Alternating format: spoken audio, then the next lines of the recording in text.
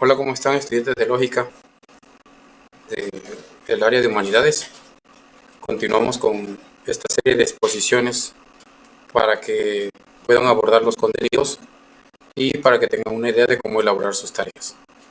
El tema que presentamos hoy es el de géneros de la dialéctica.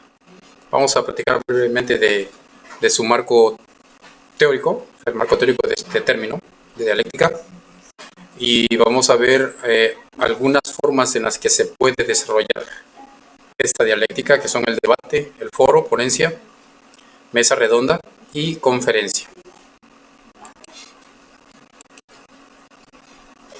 Ahí tenemos una ilustración de la representación de la dialéctica. Ustedes ya pueden empezar pues, a deducir el significado de la palabra dialéctica. Note que se parece a la palabra diálogo. Es un término acuñado en el siglo IV a.C. por los filósofos griegos y se referían precisamente al uso de la palabra para poder conocer el mundo. Tenemos ahí las raíces etimológicas de la palabra dialéctica, que proviene del griego, dia, que significa a través, logos, que significa palabra, y el sufijo ica, que significa relativo a.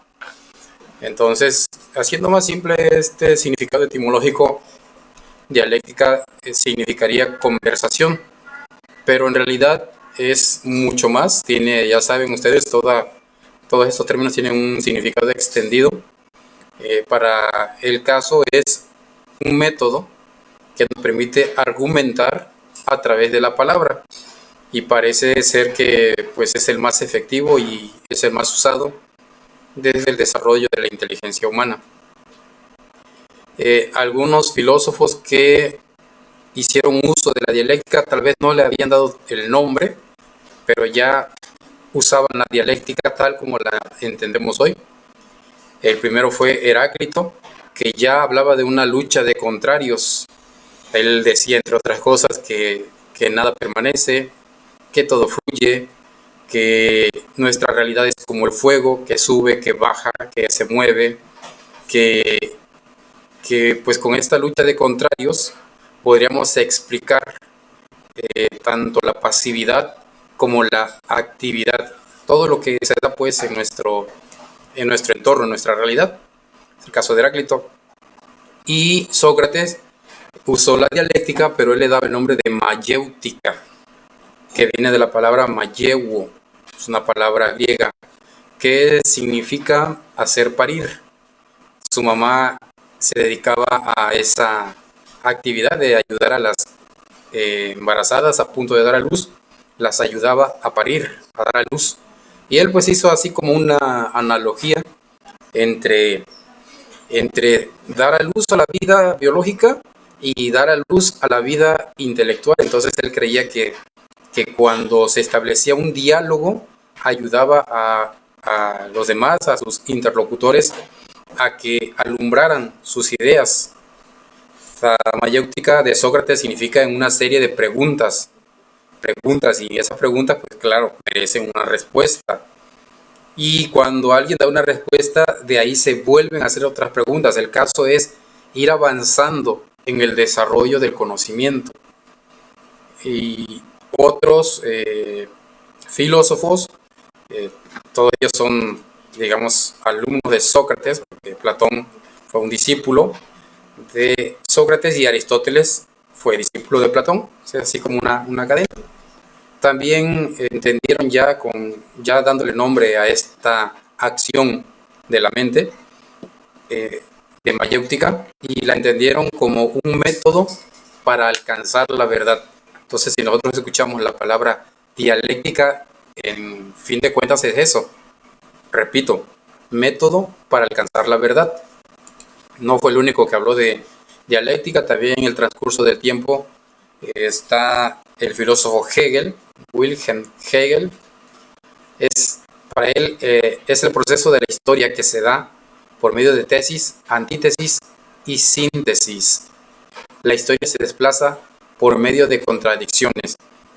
Es el caso típico de evolución de acciones, de costumbres, de ideas, ¿verdad? Tenemos algo que se encuentra establecido, una idea o costumbre establecida, digamos que es la tesis.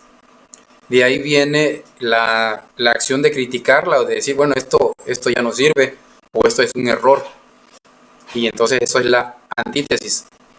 Y el resultado de eso, el resultado que nos lleva a mejorar una realidad sería la síntesis. Y dice que esto se da a lo largo pues de toda la historia, que dice se desplaza por medio de estas contradicciones. De que se desplaza significa más o menos de que evoluciona, de que cambia, porque no siempre se evoluciona para bien, que así se entiende la palabra evolución. A veces se cambia y a veces no es bien. El caso es que hay transformación. Y mal que bien, pues la humanidad pues ha logrado convertir sus ideas, su conocimiento, su tecnología.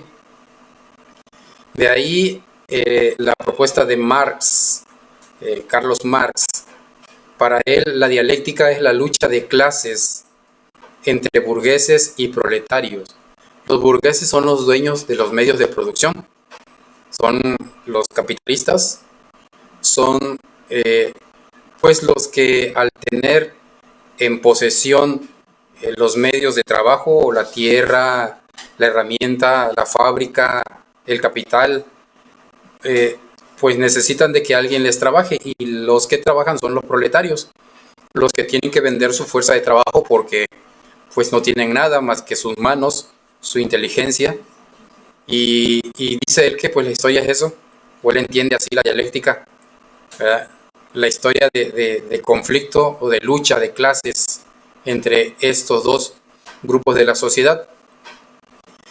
Como producto de esto, hay la posibilidad de instaurar el comunismo y abolir la propiedad privada. Hay que recordar que esta propuesta pues, es muy criticada, sobre todo por el sistema capitalista. Realmente si revisamos la propuesta de Carlos Marx es ideal. Sería justicia para todos los grupos humanos. Pero bueno, en realidad es poco práctico. A ver, me explico. Nosotros en nuestra realidad nos guiamos por cosas ideales. O sea, quisiéramos tener el mejor trabajo, la mejor familia, quisiéramos el mejor comportamiento, pero realmente se da eso, no hay una mejor familia, no hay un mejor trabajo, en realidad. Sin embargo, es como una referencia a la que se aspira esa mejora. Y digamos que en ese plano se queda lo de Marx. Se intentó instaurar el comunismo, sí, pero tuvo consecuencias económicas catastróficas. Y bueno, no nada más en Rusia, en Alemania, también acá en México. Es una referencia, vamos, pero no por eso la vamos a despreciar, ¿verdad? Y eso de que la propiedad sea colectiva, o sea, que todos sean dueños de los medios de producción, dueños de la tierra, dueños de la casa, o sea, que todo se haga en favor de la colectividad, pues también es un poco difícil, aunque sería lo ideal. No es práctico. Bien, hoy en día la dialéctica, así como la entendía Marx, es un componente de la investigación de la realidad social. Es como una forma nada más de analizar, de comprender, de detectar injusticias de nuestro sistema capitalista, que es el que impera realmente. Es un incentivo a la discusión y para los procesos de pensamiento. O sea, no es bueno que desaparezca esta propuesta de Marx porque nos sirve de referencia también para discutir. Y el discutir ayuda a que haya evolución. La dialéctica hay que tener en cuenta que se anula para las mentes que asumen poseer la verdad absoluta. O sea, no tiene caso discutir, no tiene caso proponer con, con una persona que su mente está pues tan fija, ¿verdad? Está tan cuadrada, podemos decir, y no admite explicaciones diferentes a las que ya asumió. La persona para que pueda evolucionar necesita tener una mente con la capacidad de cambiar. Eso sucede más en los niños, sucede más en los jóvenes. Ya nosotros los viejos creemos que tenemos la verdad y ese es precisamente el error, ¿verdad? Si tú crees que ya lo sabes todo, pues ya te estacionaste, ya no aprendiste nada nuevo. Bueno, una recomendación, que conserven ese pensamiento joven y no crean que tienen toda la verdad. Muéstrense disponibles para discutir, o sea, para defender tu punto de vista en su momento, pero también si hace necesario que cambies tu manera de pensar, pues también pensar. Voy a presentarles ahora una serie de formas en las que se da la dialéctica. Son formas modernas o actualizadas porque siempre se han usado. No se las voy a... Bueno, en forma de lista vamos a dar una explicación de cada una de ellas. La primera que les presento es la de un debate. Y en la ilustración pueden ver pues 6 personas que seguramente tienen su punto de vista respecto a un asunto y cada quien va a dar su punto de vista y se va a desatar ahí la controversia. Y no se vale ser perezoso, no se vale rendirse. Aquí la idea es que todos defiendan ese punto de vista. Se define el debate como un acto de comunicación en el que 2 o más personas presentan y defienden sus propuestas, sus opiniones y sus intereses. Se supone que cuando hay debate político eso sea, pero yo rara vez he visto que se logre, o sea, que se pongan a discutir una idea que den diferentes puntos de vista y casi siempre se basan en ataques personales, ¿no? O sea, como dicen, enseguida sacan el cobre porque no aportan nada, no hacen pensar, no hacen de verdad que la persona que los está escuchando analice, ni entre ellos. Casi siempre esos candidatos son lo que decíamos, que tienen un pensamiento absolutista y creen que ellos son los poseedores de la verdad y ninguno de ellos puede admitir, ¿no?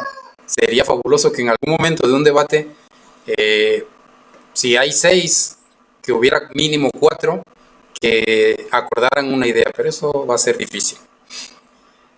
El intermediario es alguien que se hace necesario que esté en un debate. Él debe llegar a un acuerdo fijo, lo cual va a evitar discusiones sin fin porque se pueden pasar horas discutiendo. Las personas inteligentes lo pueden hacer, pero ninguna idea va a ganar. Entonces ahí se hace necesaria la intervención de un moderador, un intermediario. ¿Qué beneficios trae el debate? Pues son innumerables, aquí nada más tenemos unos cuantos. Dice que es un ejercicio para el intelecto, por supuesto que sí. Escuchas, aprendes y refuerzas y mejoras la personalidad. O sea, una persona que tiene la seguridad de expresar sus ideas hace fuerte su personalidad, su autoestima, su seguridad, su confianza, etcétera. Eleva el criterio, o sea, no te vas con lo primero que te dicen, sino que analizas muchos puntos de vista y de verdad los consideras y eso hace que tu criterio crezca. Dice que es un medio para alcanzar la pluralización en cuanto a ideas. A veces exageramos un poquito, ¿verdad? En México tenemos esa característica de pensamiento político, vamos, donde hay un sinfín de partidos. Desgraciadamente, pues yo digo que la mayoría son unos vividores. Son unos vividores porque es lo que quieren, o sea, vivir del presupuesto y en realidad no es que defiendan una idea política firme, clara, lógica, congruente.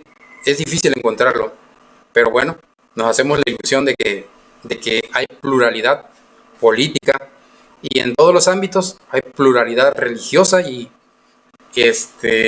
cosas que, bueno, más allá de la naturaleza, hablan también de pluralidad sexual, pluralidad cultural y bueno, no hay que cerrarse, hay que escuchar y si yo tengo una idea contraria, pues voy a tratar de dar argumentos, como le dije hace rato.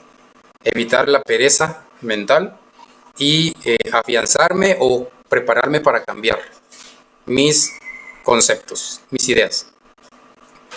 Es un medio informativo expositivo, esto del debate. O sea, no nada más es para estar de morboso, a ver quién gana, quién alza la voz, quién pelea, no. Esto hace que se clarifiquen ideas, o se supone que debe ser, ¿verdad?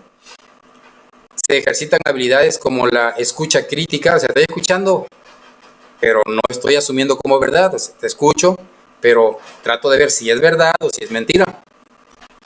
Razonamiento y pensamiento crítico, ayuda a estructurar ideas, a formular respuestas rápidas y adecuadas, o sea, no contestar cualquier cosa, y a desarrollar la expresión oral efectiva, procurando ser lo más correcto posible, buscando cuidadosamente las palabras que vas a utilizar, que no te vayan mal a entender, o que tú mismo que digas cosas que no quisiste.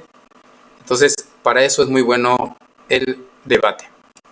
Por supuesto que hay reglas para hacer un debate. Imagínate que viviéramos en un mundo sin leyes y especialmente esto que es una actividad intelectual, que no tuviera reglas, pues no sería tal, ¿va? Las reglas son escuchar atentamente, respetuosamente a quien está hablando. ¿Quieres hablar? Pues muérdete la lengua, espérate hasta que termine de expresar sus ideas. Si vas a hablar hay que pedir turno, no meterse así como lo hacen los mal educados, a hablar sin pedir la palabra. Cuando tengas que responder, hacerlo claramente, con precisión, y no evadir las preguntas si estas son cruciales, porque también algunos entre sus falacias usan preguntas cansadas y esto es para desviar la atención.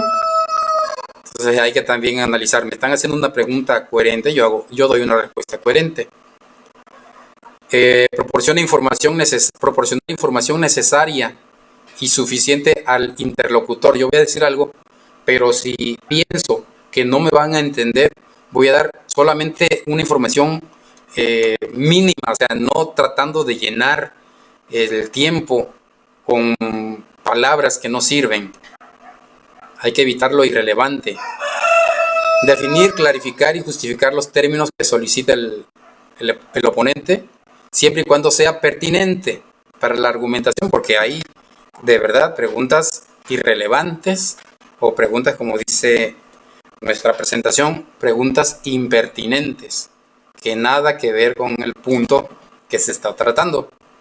Expresar las ideas con claridad, ofrecer información, llevar un orden en los argumentos, no responder a preguntas que no sean claras.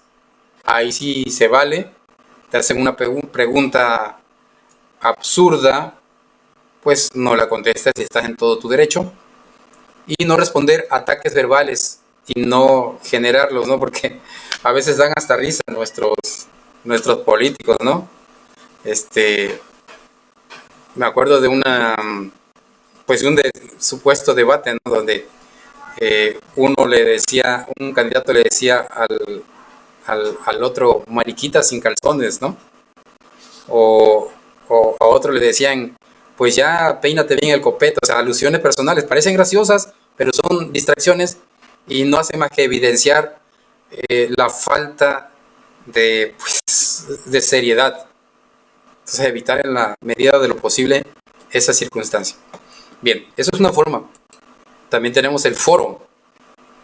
Se define como una reunión que responde a preguntas o planteamientos sobre un tema estudiado y en donde cada participante expone sus puntos de vista, su forma argumentativa. Por ponerles un ejemplo, vamos a suponer que hablamos de la homosexualidad. Entonces, llamamos a diferentes especialistas que nos van a dar su punto de vista desde su campo de conocimiento.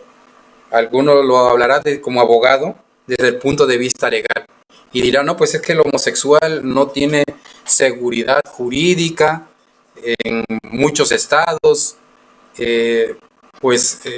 no pueden heredar, no pueden adoptar niños, hay un montón de circunstancias como abogado, pero el médico dará su punto de vista.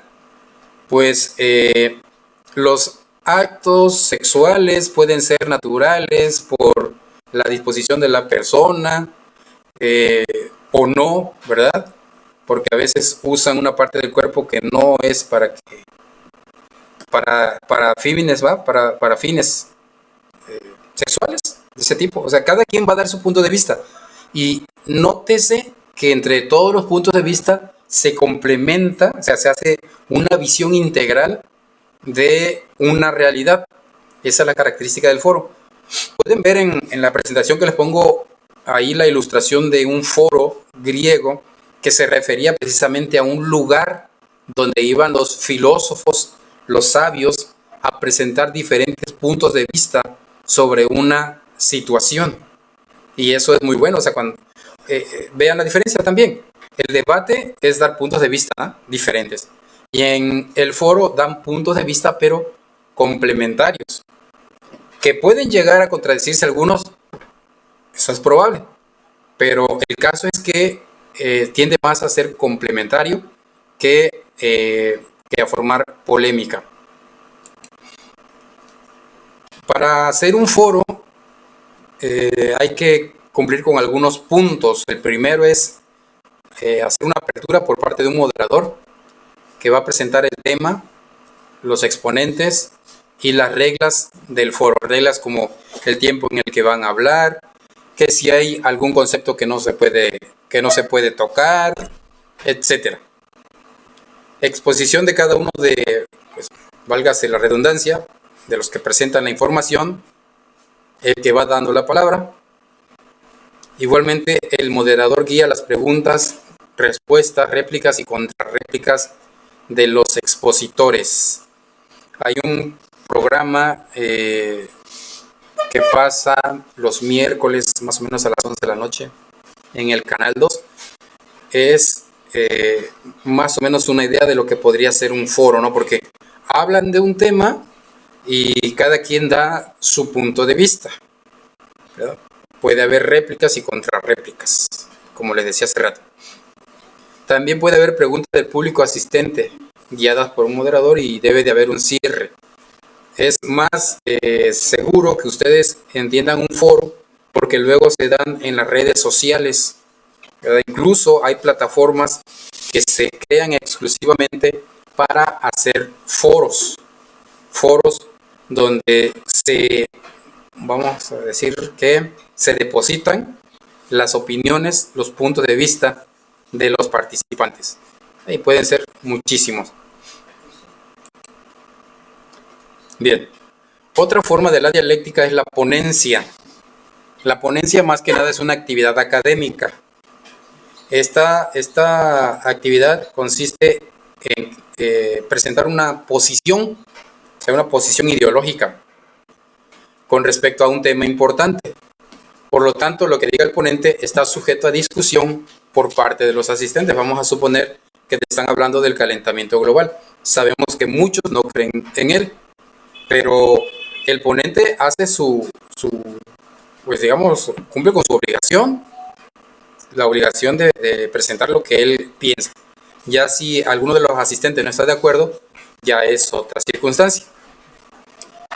Para llevar a cabo una ponencia es necesario que el ponente tenga claridad y coherencia y orden argumentativo, que presente una tesis y argumentos válidos y presentar un análisis profundo del tema con datos bien sustentados. O sea, nada más es saltar al escenario y decir cualquier cosa, sino argumentar en favor de el tema que estoy exponiendo. Mesa redonda no se confunde con el foro, ¿verdad? En la mesa redonda la definición nos dice que es el tratamiento exhaustivo de un tema polémico abordado entre 4 y 6 personas, mientras el foro puede ser convectivo, o sea, pueden coincidir diferentes puntos de vista. Aquí, incluso teniendo una misma formación profesional, el tema se presta para la polémica. Dos médicos te pueden hablar de manera diferente de cómo curar una enfermedad. Y entonces eso ya es una mesa redonda. Es necesario que en esta mesa redonda los participantes tengan un conocimiento suficiente para generar argumentos y contraargumentos. Cuando se realizan estas actividades, siempre, y eso es lo bonito, siempre hay que investigar, siempre hay que informarse, porque no puedes aventarte como el Borras a decir, no, yo voy a ser participante de algunos de una de estas actividades de dialéctica, si no tienes información. Se trata de construir el conocimiento. Hay que establecer también tiempos para cada participante, porque hay muchas personas que agarran el micrófono y no lo quieren soltar, no quieren soltar la palabra, y entonces pues ya se pierde la esencia de lo que es la mesa redonda. Por último tenemos la conferencia. También es una modalidad académica. Se presenta un tema acompañado de recursos gráficos visuales, fotos, también pueden ser audios, aunque no lo ponemos ahí, audios, ¿verdad?